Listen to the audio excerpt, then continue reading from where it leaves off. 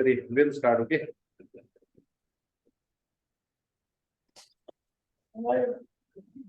I have a severe backache, मेरी पीठ में बहुत दर्द है। ठीक है, so I take a stool. कोई प्रॉब्लम तो नहीं है ना किसी को if I take a stool?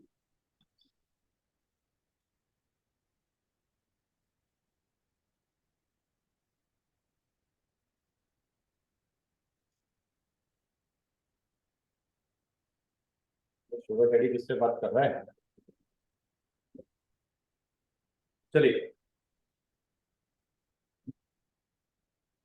चलो। तो आज कम है, कोई ज्यादा नहीं है। ठीक है, ज्यादा काटने वाला होगा, पढ़ने वाला कम होगा, फिर भी 1255। तो वी विल गो फ्रॉम 1255 से लेकर we will complete up to mammals. 1263 तक we will complete, right, vertebrates तक। तो सबसे पहले है सिंपल एपिथेलियल टिश्यू। तो सबसे पहले तो आपको ये याद करना है ये कि क्या है एपिथेलियल टिश्यू। ठीक है, आपको याद करना है कोई भी ऑर्गन, कोई भी ऑर्गन, जैसे लेट्स से ये हमारा पेट है। ठीक है, लेट्स से ये पेट है। ठीक, स्टमक, स्टमक की जो लाइनिंग है, ये जो अंदर वाली लाइनिंग है, ठीक है, ये बनती होती है टिश्यू की। और कौन सा tissue? That tissue is your epithelial tissue. हमेशा इसको याद रखना है। एपी, एपी का मतलब है सबसे ऊपर। कोई भी चीज है, जैसे कोई भी हेलो ऑर्गन सर। है, हेलो हेलो ऑर्गन की ये जो लेयर है ये, तो this hello will be made epithelium. Hello sir. This makeup of epithelium, और इसको बोला जाता है एपिथेलियल टिश्यू। अब ये जो एपिथेलियल टिश्यू है वो बहुत तरह के होते हैं। ठीक है, जैसे सिंपल होगा, फिर क्यूबॉइडल होगा, ठीक है, फिर कॉलमनर होगा। तो ऐसे करके ये बहुत तरह के एपिथेलियल टिश्यू होते हैं। आपको सिंपल क्वेश्चन वो पूछेगा, वो नेटवर्क में कुछ प्रॉब्लम होगा। ठीक है, बाकी आप मोबाइल यूज करते हो ना तो उसमें छोटा दिखता है, तो जब उसको आप लैपटॉप में देखोगे तो ठीक रहेगा। हेलो ठीक है, सर में तो क्या है लैपटॉप यूज सीवियर कर रहा है। बैकएक। ओके, मेरे पीठ में बहुत दर्द है, मेरे से खड़ा भी नहीं हुए जा रहा। तो थोड़ा सा कॉपरेट करो आज। हाँ, तो अब देखो सर, 1255 में आओ। तो ये क्या है? Simple epithelial tissue. बस एक लाइन इसमें याद करनी है आपको, कवरिंग ऑफ ऑर्गन्स। जितने आपके ऑर्गन्स हैं, चाहे वो ब्रेन है, चाहे वो किडनी है, चाहे कोई लिवर है, चाहे कोई पेट है, तो सारे ऑर्गन्स की जो इनर लाइनिंग है, इनर लाइनिंग, दैट इज, हाँ ठीक लिख देगा। हमको पढ़ाने दो हमको, मालन। अब रिक्वेस्ट कर रहे हैं, मॉन्स्टर तो हमको नहीं गिराता है? आ, बड़ा बड़ा लिख के सर बोल रहे हैं। सर चलो, आपका बड़ा बड़ा वर्ड लिखेगा। वर्ड चौथा है ना बस सर। तो जितने जितने आपके ये ऑर्गन्स हैं उनकी जो कवरिंग है that is made up of epithelial tissue. ठीक है, वो एपिथेलियल टिश्यू की बनी होती है। अब देखो एपिथेलियल टिश्यू के कुछ कैरेक्टरिस्टिक सेल, जैसे ये एपिथेलियल टिश्यू है, ये आपका ऑर्गन है, इसके जो सेल है ये cells are tightly packed.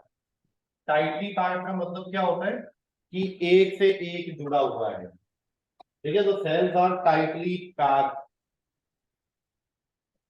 Tightly packed का मतलब क्या हुआ? जो इंटर सेल्यूलर स्पेस है, देखो ध्यान से समझो, ये एक सेल, ये दूसरा सेल, एक सेल दूसरा सेल, इन दोनों के बीच में दिस इज अ स्पेस। दो सेल के बीच में स्पेस है, तो इस स्पेस को बोलते हैं inter cellular cellular space. So this is known as inter cellular space. अच्छा, आप खुद बताओ, जब ये सेल आपका टाइटली पैक होगा, सेल्स आर टाइटली पैक, तो बताओ ये स्पेस ज्यादा होगी कि कम होगी? खुद से बताओ, कोई एक आदमी बताओ, ये स्पेस कम होगी कि स्पेस ज्यादा होगी? When the cells are tightly packed, तो स्पेस क्या हो जाएगी, कम हो जाएगी। ठीक, जब सेल्स आपके टाइटली पैक हो जाएंगे तो स्पेस कम हो जाएगी। ठीक है, इंटरसेल्युलर स्पेस कम हो जाएगी।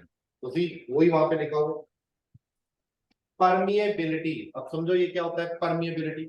परमिएबिलिटी का मतलब हुआ है, सपोज करो यहाँ पे कोई चीज है, अब ये चीज यहां से नीचे ऐसे ऐसे ऐसे करके नीचे जाएगा, तो इनकी जो परमिएबिलिटी होती है, परमिएबिलिटी का मतलब है ऊपर से नीचे फ्लो करने की कैपेसिटी।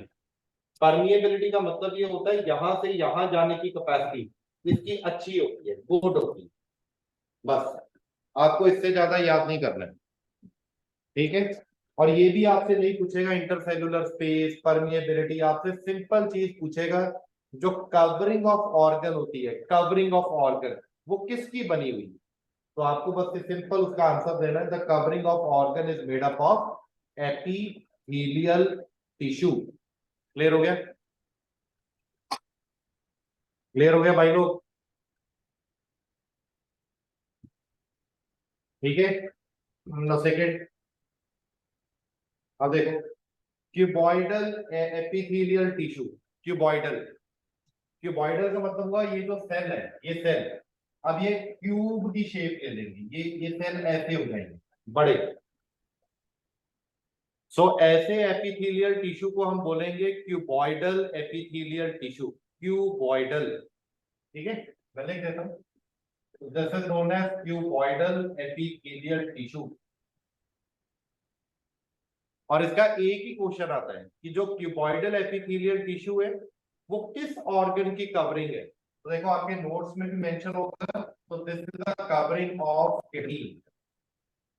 तो ये किडनी की कवरिंग है, किडनी। ठीक है, किडनी समझते हो ना, जो सुसु सुसु बनाता है, that is kidney.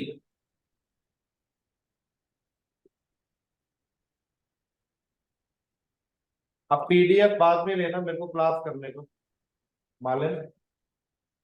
Okay, just listen, आप थोड़ा थोड़ा नोट करते रहो, उसी में से हो जाएगा। अब देखो कॉलुमिनर, अब जो आपका कॉलुमिनर एपिथेलियल टिश्यू है, देखो ये क्यूबॉइडल है, ठीक है, क्यूब की शेप है। जो कॉलुमिनर एपिथेलियल टिश्यू होता है वो थोड़ा लंबा होता है, ऐसा सेल ऐसे ही होगा, ऐसा होगा, ये ऐसा होगा, ये ऐसा होगा। ठीक है, ये तो this is your cuboidal epithelial, sorry columnar epithelial tissue. और एक क्वेश्चन आएगा बस, ये कॉलुमिनर एपिथेलियल टिश्यू आपको कहाँ मिलेगा, ये मिलेगा आपको on the lining of intestine. जो आप खाते हो ना intestine, pork intestine, beef intestine, chicken का इंटेस्टाइन, तो उसकी जो कवरिंग है, उसकी जो सेल्स है दैट आर कॉलुमिनर इन शेप। आप बस इतना याद रखोगे, इंटेस्टाइन के जो सेल्स हैं दैट आर कॉलुमिनर इन शेप। ठीक है,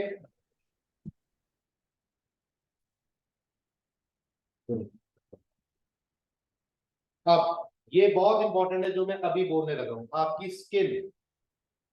देखो आपकी स्किन, जो आपकी स्किन है, स्किन की जो टॉप की लेयर है, ये स्किन, ये जो स्किन है ये एपिथेलियल टिश्यू है।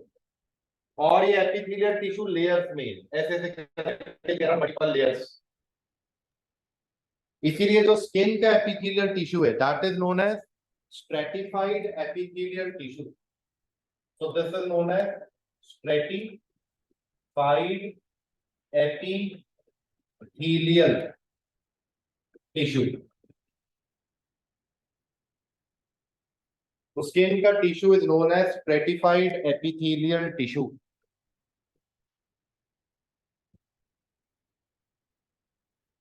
ठीक है, क्योंकि ये जो टिश्यू है दीज आर इन लेयर्स, ये एक दूसरे के ऊपर लेयर्स में है। और इंग्लिश में स्ट्रेटिफाइड का मतलब ही क्या होता है, स्ट्रेटिफाइड का मतलब होता है लेयर्स। ठीक है, सो इंग्लिश में स्ट्रेटिफाइड का मतलब ही लेयर्स होता है। अब जरा एक मिनट वेट करो, हाँ एक मिनट, हाँ ज्यादा नहीं, get a glass of water, please wait for a minute.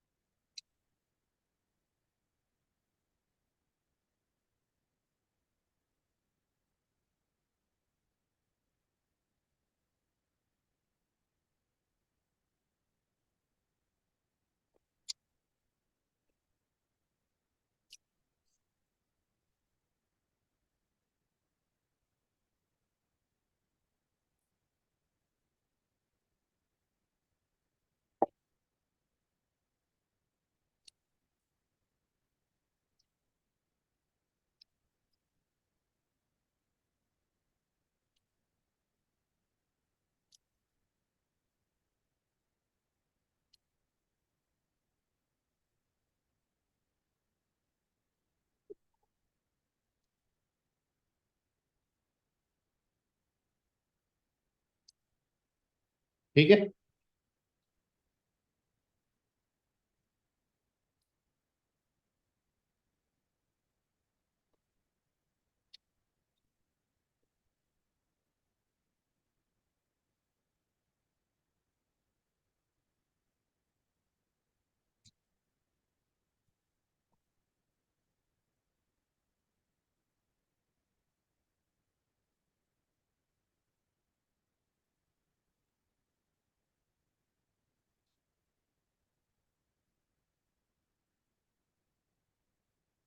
चलिए, ठीक है जी। तो ये आपका मिलता है आपको कहाँ पे, स्किन में। तो that is your stratified epithelial tissue.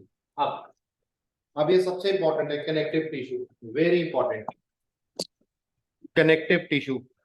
और इसमें दो तीन क्वेश्चन बहुत पूछता है वो, कनेक्टिव टिश्यू। कनेक्टिव टिश्यू होता है जो एक चीज को दूसरी चीज के साथ कनेक्ट करता है। जैसे सबसे इंपॉर्टेंट वो पूछता है ब्लड, ठीक है, ब्लड। सीधा क्वेश्चन आएगा, ब्लड किस तरह का टिश्यू है? Blood is a tissue, blood is not an organ, and blood is a connective tissue. ठीक है। आगे, बोन्स, हड्डी। Next, cartilage. कार्टिलेज है नाक, ये नाक वाला।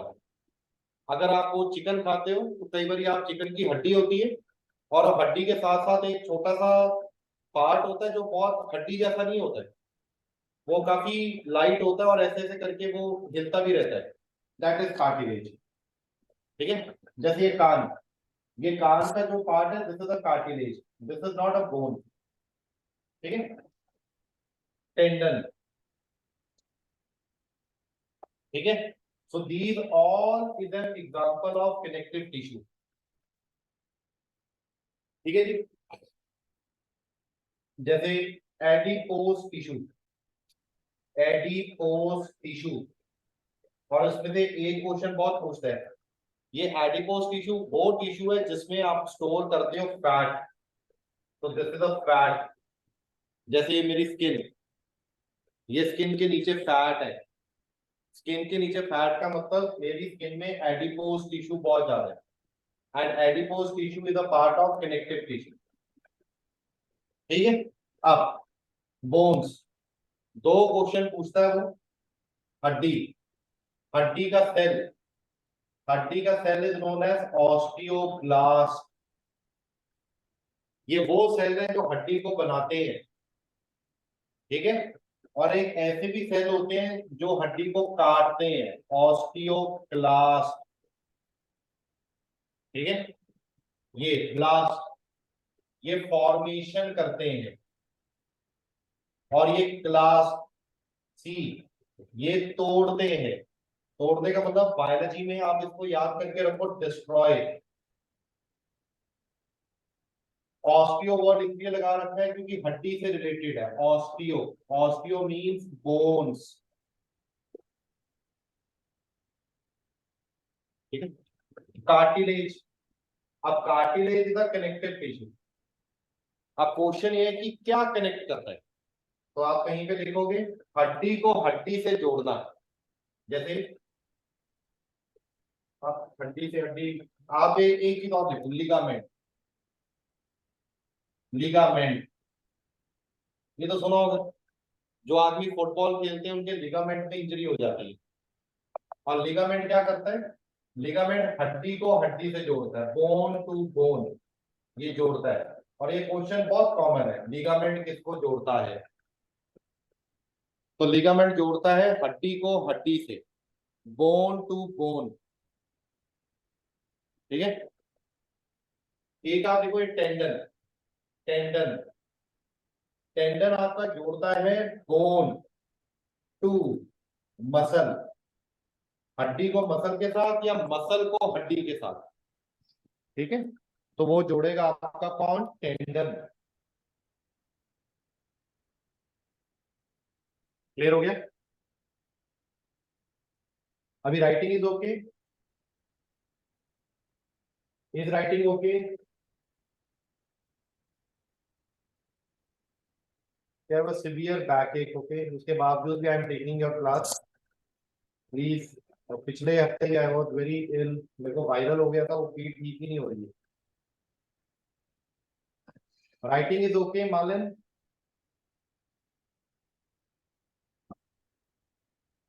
मालन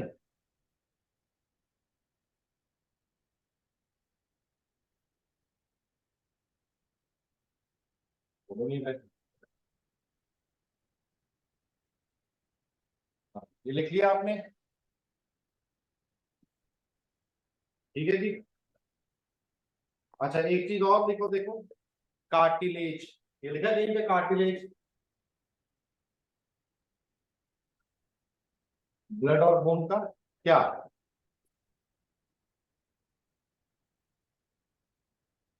क्या ब्लड और बोन का क्या?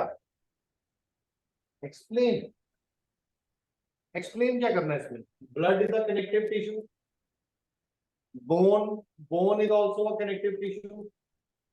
जो बोन फॉर्मेशन सेल है they are known as osteoblast.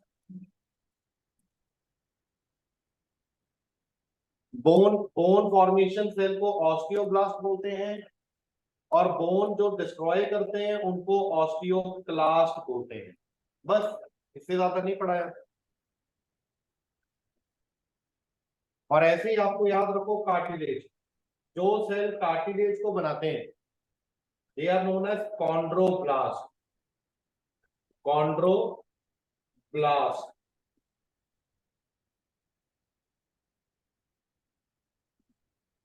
Chondroblast.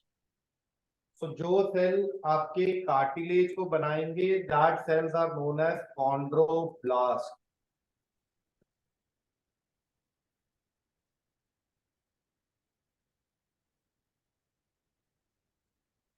Clear हो गया? क्लियर है? चलो अब nerve tissue, very important, nerve tissue. तो सबसे पहले नर्व टिश्यू से बस दो ही क्वेश्चन आते हैं। एक तो आप कहीं पे लिखो नर्व सेल, नर्व सेल। जो नर्व सेल है this is known as neuron, इसको बोलते हैं न्यूरॉन। ठीक है? और ये जो सेल है this is the longest cell of human body. ये मैंने आपको पहले भी पढ़ाया हुआ है, और ये क्वेश्चन बहुत कॉमन पूछता है, longest cell of human body, neuron, nerve cell. ठीक है? और ये भी याद रखना है, देखो आपकी चोट लगती है, आपकी हड्डी टूटती है, हड्डी ठीक हो जाती है।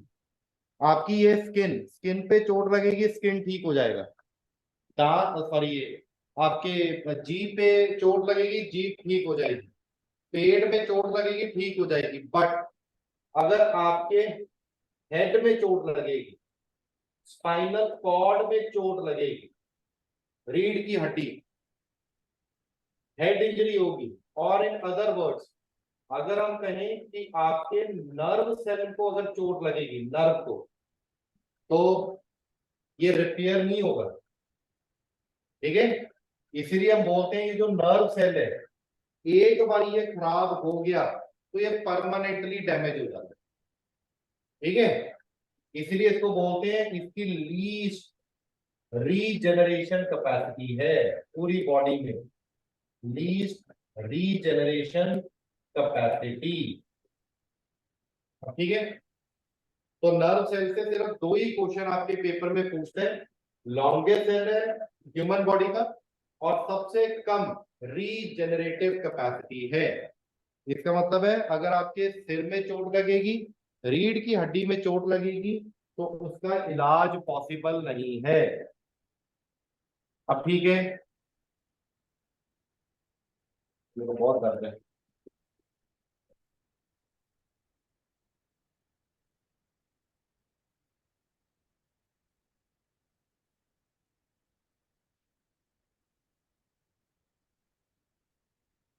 Clear?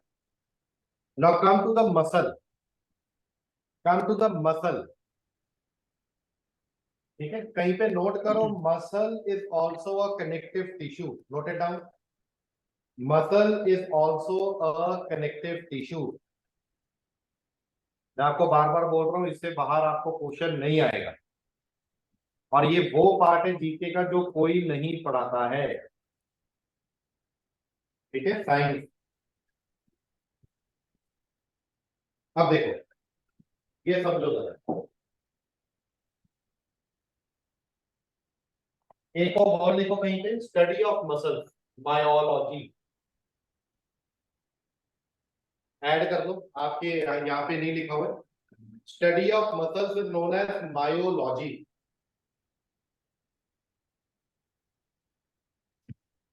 तो myology is the study of muscles. Myology. ठीक है. अब आपके मसल्स होते हैं तीन तरह के. ठीक है. एक मसल वो होते हैं जो आपके कंट्रोल में है. जैसे, चलो आपको एक्सप्लेन करता हूं. ये देखो मेरा हाथ, ये हाथ है मेरा, ये मेरी उंगलियां हैं, ये उंगलियां मैं ऐसे कर रहा हूं, ये मेरे कंट्रोल में है. ये बाजू, ऊपर नीचे, गर्दन ऐसे ऐसे, ये जो मसल्स हैं, these muscles are under my control. तो जो मसल्स मेरे कंट्रोल में है इनको बोलते हैं striated muscles. They are known as striated muscles. ठीक है.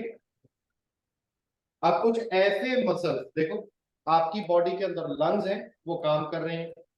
ये देखो, ये डायफ्राम, ये जो पेट का जो डायफ्राम होता है, वो आपके कंट्रोल में नहीं है, वो चल रहा है, सारा दिन चलता रहता है. आप उसको नहीं रोक सकते हो. आप जब मरोगे तभी वो रुकेगा. जब से आपका जन्म हुआ है, जब तक आप जिंदा हो तब तक वो चलता रहेगा.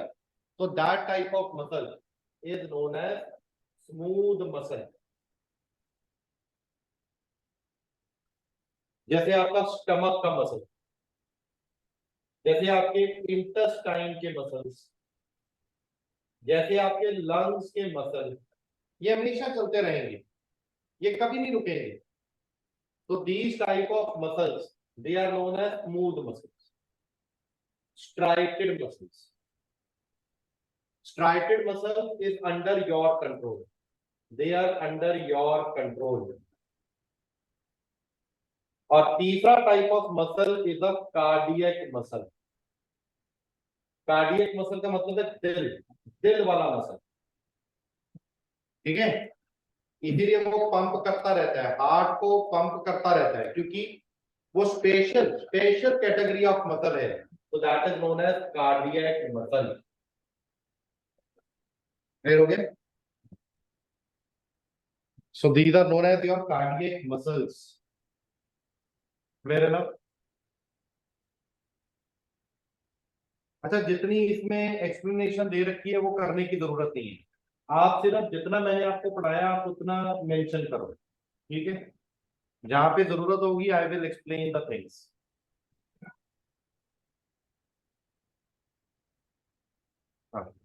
Now come to the next chapter, animal kingdom. इसमें ज्यादा हमको काटना है, समझे? मैंने पहले ही बोला था, ज्यादा कटवा दूंगा, ज्यादा याद नहीं रखना है. जितना पेपर में आता है बस उतना ही आपको याद रखना है. चलो, एनिमल किंगडम. देखो, सबसे पहले वर्ड लिखा हुआ है इनवर्टिब्रेट. इनवर्टिब्रेट ब्रैकेट में लिख लो. इनवर्टिब्रेट का मतलब होता है जिसकी रीढ़ की हड्डी नहीं है, जिसकी बैकबोन नहीं है, दैट इज इनवर्टिब्रेट. ठीक है. मैं बिल्कुल लेमैन भाषा में पढ़ा रहा हूं ताकि आपको थोड़ा समझ लगे. इनवर्टिब्रेट, जिनकी रीढ़ की हड्डी नहीं है. क्लियर हो गया? अब इनवर्टिब्रेट में जो पहला किंगडम है दैट इज प्रोटोजोआ. मार्क करो, protozoa. Everyone is having notes? Protozoa. और प्रोटोजोआ में आपको 4 एनिमल याद रखने हैं। अमीबा लिखा हुआ है, पैरामीशियम, यूग्लिना एंड प्लाज्मोडियम। ये 4 जानवर आपको याद रखने हैं। Amoeba, paramecium, Euglena, Plasmodium. अच्छा एक चीज और लिखें, जहां पे वर्ड लिखा है प्लाज्मोडियम, प्लाज्मोडियम, इसको गोला करके लिख लो, इसको मेंशन करके लिख लो मलेरिया। तो जो मलेरिया होता है वो प्लाज्मोडियम के कारण होता है। इसीलिए एलडीसी में क्वेश्चन आया था कि मलेरिया कौन सी डिजीज है, बताओ। So malaria is a protozoal disease. क्यों प्रोटोजोअल डिजीज है? क्योंकि malaria is caused by plasmodium. And what is plasmodium? Plasmodium is your protozoa.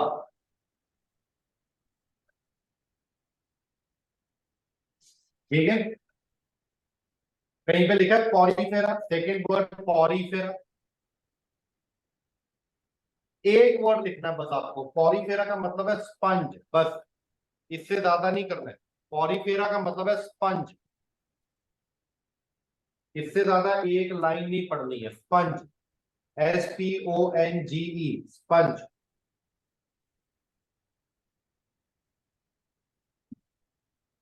अब ये क्वेश्चन बहुत आता है, सिलेंट्रेटा। ठीक है, अगला इज योर सिलेंट्रेटा। ये किंगडम है, ठीक है, 12 किंगडम है। तो 12 में से पहला है प्रोटोजोआ, सेकेंड है पॉरीफेरा, बस। तीसरा है सिलेंट्रेटा।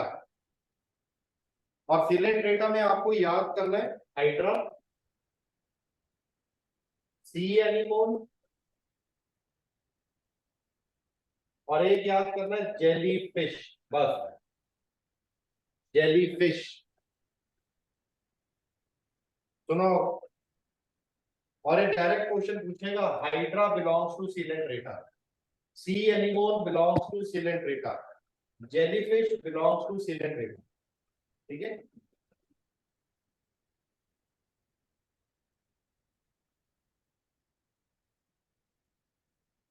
अब अगला काट दो, प्लेटी हेलमिंथीज भी काट दो, ई भी काट दो और एफ भी काट दो। Platyhelminthes not important, aschelminthes not important. हाँ, अब आपने कभी अर्थवर्म देखा होगा, देखा कभी अर्थवर्म? ऐसे करके अर्थवर्म होता है, इसके ऐसे ऐसे करके सेगमेंटेड वो होती हैं अर्थवर्म। ये जो अर्थवर्म होता है, this is from this kingdom, एने फाइलम, दिस इज फ्रॉम एने लिडा। बस इतना याद करो, अर्थवर्म इज फ्रॉम एने लिडा। और आपने एक सुना भी होगा, अर्थवर्म से एक मैन्योर बनती है, मैन्योर, खाद। जैसे ये गंद है, वेस्ट मटेरियल है, आप इस वेस्ट मटेरियल में अर्थवर्म छोड़ दो, बहुत सारे अर्थवर्म छोड़ दो, अब कुछ टाइम बाद ये जो वेस्ट है this will turn into manure, ये मैन्योर में कन्वर्ट हो जाएगा। और इस टाइप ऑफ मैन्योर को बोलते हैं कंपोस्ट। और कौन सी compost? Vermi, vermicompost. So this type of compost is known as vermi compost.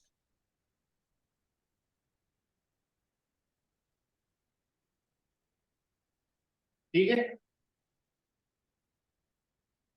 अब अब आपके घर में कॉकरोच वगैरह होगा, तो एक सीधा क्वेश्चन आता है, जैसे यूडीसी में आया अभी तक, कॉकरोच। जो कॉकरोच होता है this is from arthropoda, arthropoda, ये किंगडम है। तो this is a kingdom of cockroach, arthropoda. Spelling में कोई है तो बताओ, वैसे आपके नोट्स में लिखा ही हुआ है, आर्थ्रोपोडा।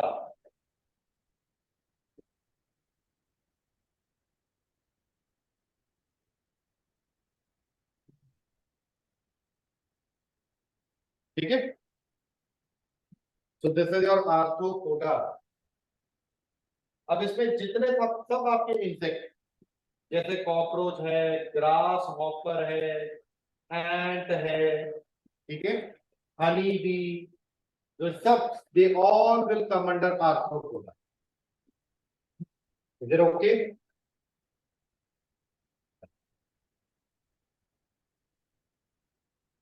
अब अगला भी बहुत पूछता है वो। अगला पूछता है ऑक्टोपस, खाया होगा कभी। फिर वो पूछता है स्टारफिश, ये क्या है? तो जो ऑक्टोपस है, जो आपका स्टारफिश, पहले डिस्कस करेंगे starfish. Starfish comes from Echinodermata.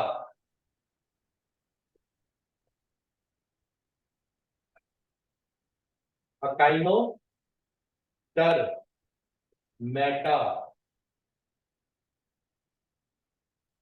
तो अकाइनोडर्मेटा एक फाइलम है, बहुत सारे ऑर्गेनिजम्स इसमें आते हैं जिनके फीचर सेम है, और उसका एक एग्जांपल है स्टारफिश। ठीक है, तो स्टारफिश कम्स फ्रॉम अकाइनोडर्मेटा। अब ऑक्टोपस, ऑक्टोपस आता है फ्रॉम मलस्का। मलस्का, उसमें आपको जितना बता रहा हूं उतना याद कर लो किसी तरीके से, आपकी जीके बिल्कुल टॉप की हो जाएगी। So octopus it is coming from mollusca. I know this is difficult, क्योंकि आप सिर्फ बायोलॉजी, हिस्ट्री, पॉलिटी पढ़ के आते रहते हो। ठीक है, सो ऑक्टोपस दिस इज मलस्का।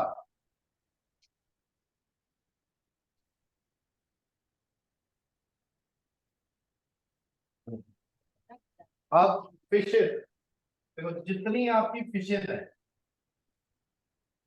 आप नदी में भी जाके पढ़ते हो फिशेस, फिशेस बनाती हैं स्पाइसेस। तो ये फिशेस का किंगडम है, स्पाइसेस।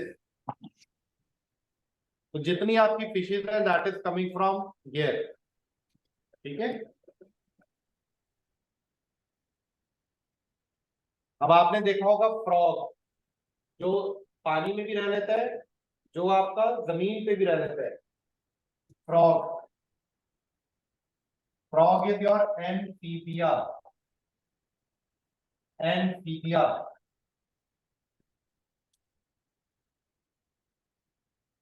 ठीक है। और फ्रॉग के ऊपर दो क्वेश्चन और पूछता है। फ्रॉग का हार्ट, जो फ्रॉग का हार्ट है दैट इज 3 चैम्बर।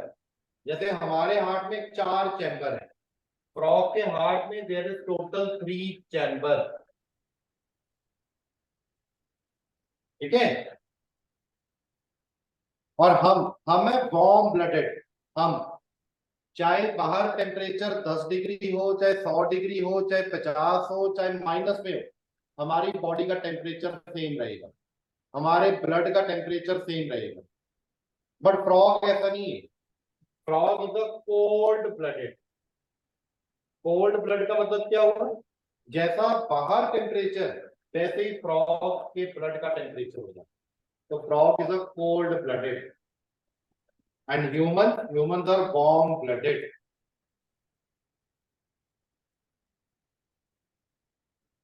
ठीक है, अब ऐसे ही जितने रेप्टाइल्स, रेप्टाइल्स रेप्टाइल्स मतलब स्नेक, लिजर्ड, ठीक है, क्रोकोडाइल, ये सब रेप्टाइल्स है। ठीक है जी, और ये इनका हार्ट भी 3 चैम्बर होता है, और ये भी आपके कोल्ड ब्लडेड होते हैं। ये डायरेक्ट क्वेश्चन पूछता है, reptiles are also cold blooded.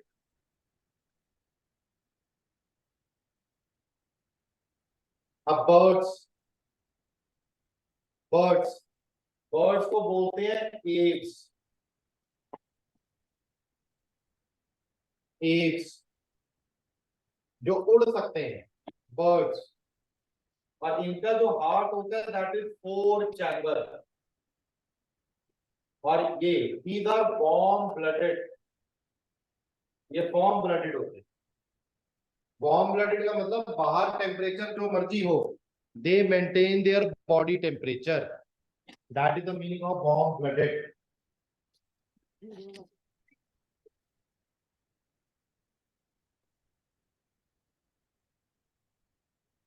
ठीक है। हम लोग, हम है मैमल्स, ठीक है, मैमल्स। क्लियर हो गया?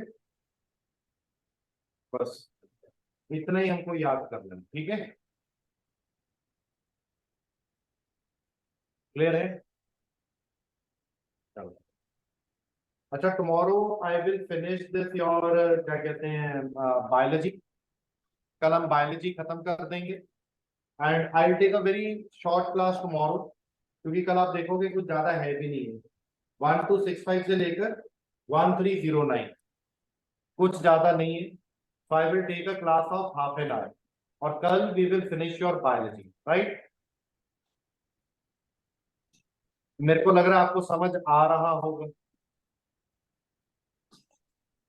समझ आ रहा है? कोई एक आदमी रिप्लाई करो।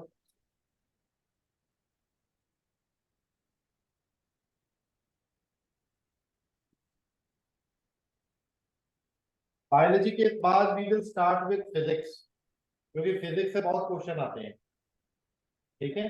जैसे इस बार एलडीसी में भी आया था। नहीं, मैमल्स को क्या एक्सप्लेन करना है? मैमल्स, कुछ मैमल्स अंडे देते हैं, कुछ मैमल्स बच्चों को जन्म देते हैं, ठीक है। वार्म ब्लडेड है, मैमल्स तो हम ही है ना। हमारा सबको पता ही है। देखो जरा, देखो, 4 चैम्बर्ड हार्ट है, वार्म ब्लडेड है, और दे गिव बर्थ, बच्चा ही पैदा करते हैं ना हम, वो पढ़ने की जरूरत नहीं।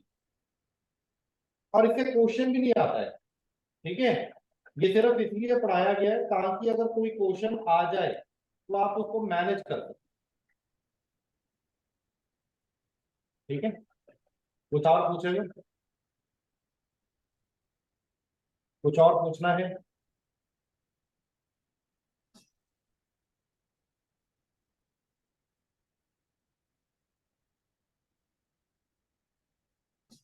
अरे तुम्हें ठीक लग रहा है क्या? क्लास ठीक लग रहा है?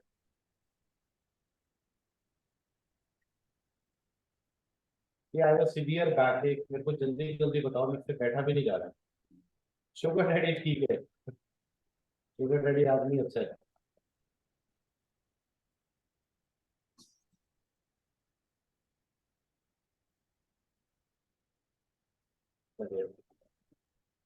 So tomorrow we will finish biology, right?